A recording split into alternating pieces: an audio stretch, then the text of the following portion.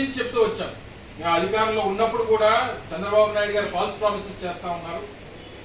రేపు అధికారంలోకి వస్తే ఇవి చేయడం అనేటువంటిది దానికి ఇంత డబ్బు అవసరం ఉంటుంది, మళ్ళీ మీరు మోసపోతారు, గతంలో 3 సార్లు మోసపోయారు, మళ్ళీ 4వ సారి కూడా మోసపోతారని చెప్పి ప్రజలకు అనేక సందర్భాల్లో చెప్పేటువంటి ప్రయత్నం చేశాం. సరే, వారు నమ్మారు, ఓటేశారు. గత 13-14 నెలలుగా వాళ్ళు ఇబ్బందులు పడతా ఉన్నారు.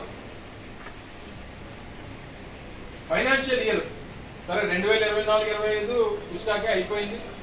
ఇంకా ఆ సంవత్సరం గురించి మాట్లాడడానికి ఎవరికి అవకాశం లేదు. మనం మాట్లాడినా తిరిగి మన మీద విరుచుపడటమో లేకపోతే కేసులు పెట్టడం ఈ ప్రయత్నమే తప్ప దానికి సమాధానం దొరకవు.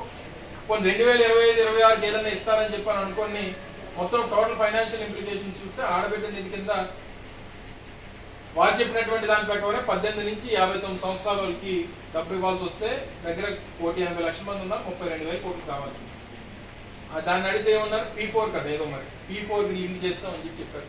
మరి ఆ P4 ఎక్కడో, ఆ లింక్ ఎక్కడో, ఆడవాళ్ళు ఎక్కడికి వెళ్ళాలో, ఎక్కడి నుంచి తెచ్చుకోవాలో ఆ P4కి లింక్ చేస్తాం, అది అయిపోయింది అన్నారు.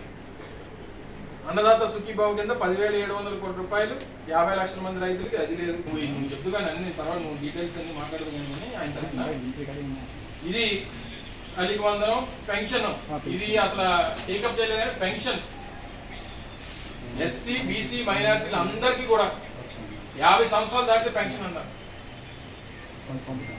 దాని ప్రకారం 20 లక్షల మంది బెనిఫిషరీస్, 9,500 కోట్లు కావాలి. మొత్తం కలిపితే 2025-26 సంవత్సరానికి దాదాపు 80,000 కోట్ల రూపాయలు ఫైనాన్షియల్ ఇంప్లికేషన్స్ పడితే వారు ఇచ్చింది, ఈ సంవత్సరం పెట్టింది 17,000 కోట్లు.